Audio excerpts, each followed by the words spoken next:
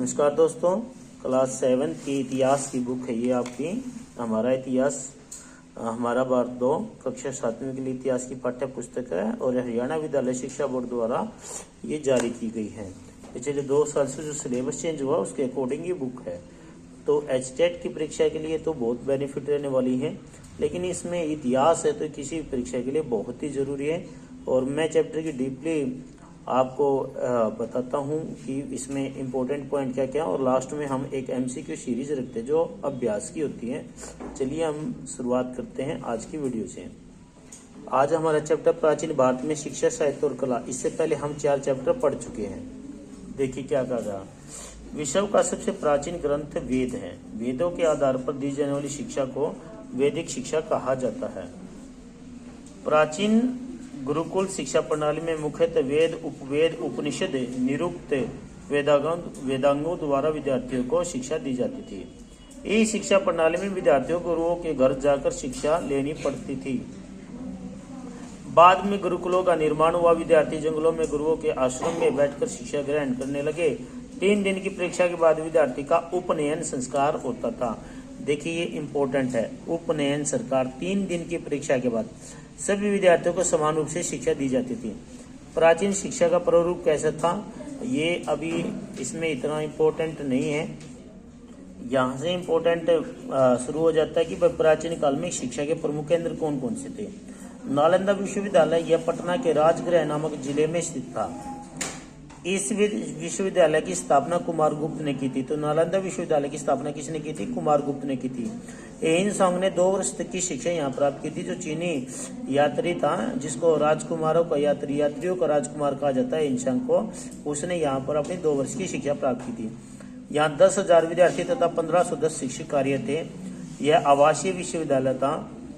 इसमें केवल भारत से नहीं बल्कि चीन, भूटान, नेपाल, जापान, श्रीलंका, तिब्बत आदि से विद्यार्थी शिक्षा ग्रहण करने के लिए आते थे।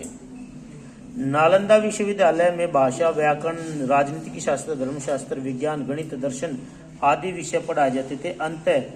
अतः शिक्षण केंद्रों के प्रति राजा हर्षवर्धन हमेशा ही सचेत रहे। यह तक्षशिला विश्वविद्यालय है। यह भारत का सबसे प्राचीन विश्वविद्यालय है। अगर इन सब में से प्रश्न पूछा जाए सबसे प्राचीन, तो तक्षशिला विश्वविद्यालय है, जो वर्तमान पाकिस्तान के रावलपिंडी के निकट जोलिया और पीपला गांव के पास स्थित है। इस स्थान का विवरण अनेक प्राचीन ग्रंथों, महाभारत, रामायण आदि में मिलता है, परंतु इसे शिक्षा के केंद्र के रूप में 7वीं शताब्दी के पूर्व में स्थान मिला। यह राजगृह बनारस और उज्जैन जैसे दूर दूर के विद्यार्थियों को आकर्षित करता था। बाद में शक कुणों के आक्रमणों के कारण यह विश्वविद्यालय समाप्त हो गया, परंतु इसके अवशेष दर्शाते कि यह उच्च श्रेणी का विश्वविद्यालय तथा संस्कृति का केंद्र था।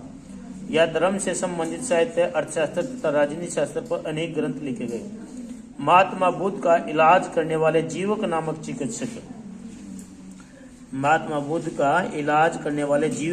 चिकित्सक ने 7 वर्ष तक की शिक्षा यहीं से अर्जित की थी। यहाँ वेद, वेदांत, व्याकरण, आयुर्वेद, ज्योतिष शास्त्र, चिकित्सा शास्त्र और कृषि की शिक्षा दी जाती थी। यहाँ अध्ययन करने वाले व्यक्तियों मुख्यतः पाणिनि, चाणक्य, जीवक आदि शामिल है। इसमें प्रवेश के लिए प्रवेश परीक्षा होती थी। आगे देखते हैं, यहाँ पर है वल्लभी विश्वविद्यालय।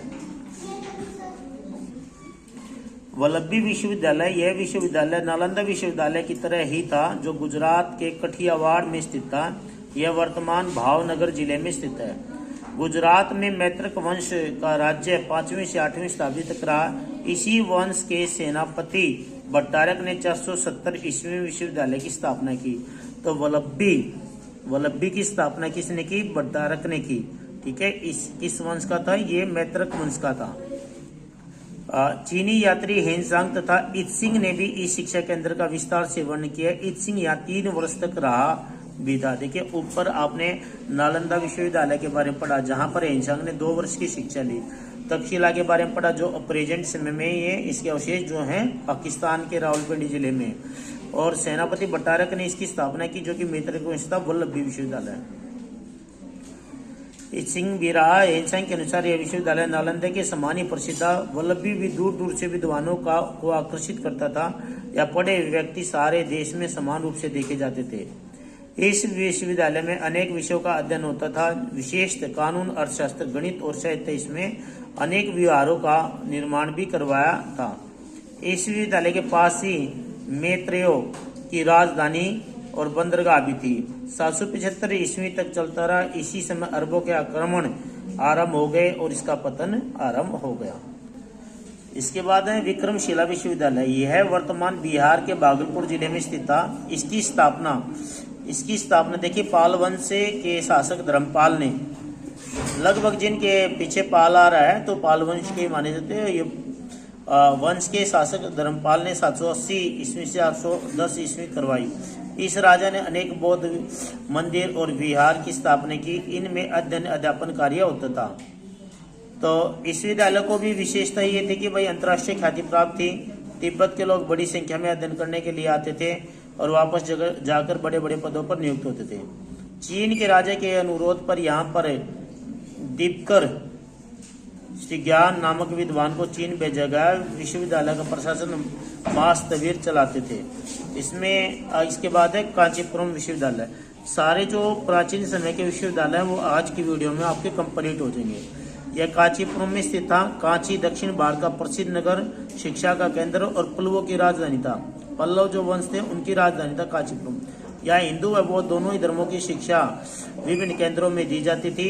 धर्मों के अध्ययन के साथ साथ तर्कशास्त्र, न्यायशास्त्र और व्याकरण की साहित्य की भी यहाँ शिक्षा दी जाती थी। न्याय भाषा के प्रसिद्ध रचयिता वात्स्यायन कांची के आचार्य रहे हैं। देखिए न्याय भाषा के प्रसिद्ध रचयिता वात्स्यायन कांची के आचार्य रहे हैं। दिगनाग ने भी इसी स्थान से विद्या प्राप्त की। 5वीं शताब्दी के कन्नम वंश के शासक मयूर वर्मा ने यहीं पर अध्ययन किया था और चीनी यात्री हिंसांग कांची में काफी समय रहा था। इसके अनुसार कांची वैष्णव, जैन और बौद्ध संप्रदाय की मान शाखा का भी केंद्र था। यहाँ से एक इम्पोर्टेंट लाइन और हमें मिलती है। प्रथम शताब्दी में भरत मुनि ने एक ग्रंथ लिखा जिसका नाम था नाट्य शास्त्र। तो नाट्य शास्त्र की रचना किसने की थी? तो भरत मुनि ने। ठीक है, ये आपका इम्पोर्टेंट रहता है। इसके बाद कला के प्रकार कौन कौन से होते हैं देखिए पूछा जाता है।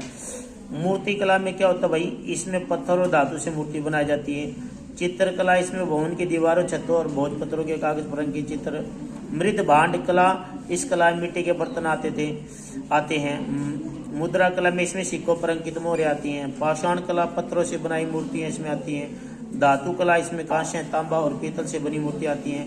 दंत कला, इसमें हाथी के दांतों से निर्मित कलाकृतियां आती हैं। मृत्तिका कला, इसमें मिट्टी के बने खिलौने एवं आकृतियां आती हैं। उत्कीर्ण कला या भास्करीय कला, इस कला में पत्थर, चट्टान, धातु अथवा लकड़ी के फलक पर उकेर कर रूपांकन किया जाता है।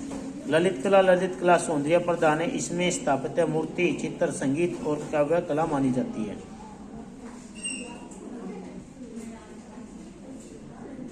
लास्ट पॉइंट कुछ रहते हैं दोस्तों। सरस्वती सिंधु सभ्यता की कला। इस सभ्यता के लोग काली व लाल पकाई मिट्टी के बर्तन बनाने में माहिर थे। इसके अलावा मातृ देवी की मूर्तियां, वनस्पति, पशु पक्षियों के चित्र, मछली व बारहसिंगे के चित्र बनाते थे। इस सभ्यता में बड़े बड़े स्नानागार, अनाज भंडार, मिट्टी के बर्तन, खिलौने, मोहरें प्राप्त हुई हैं।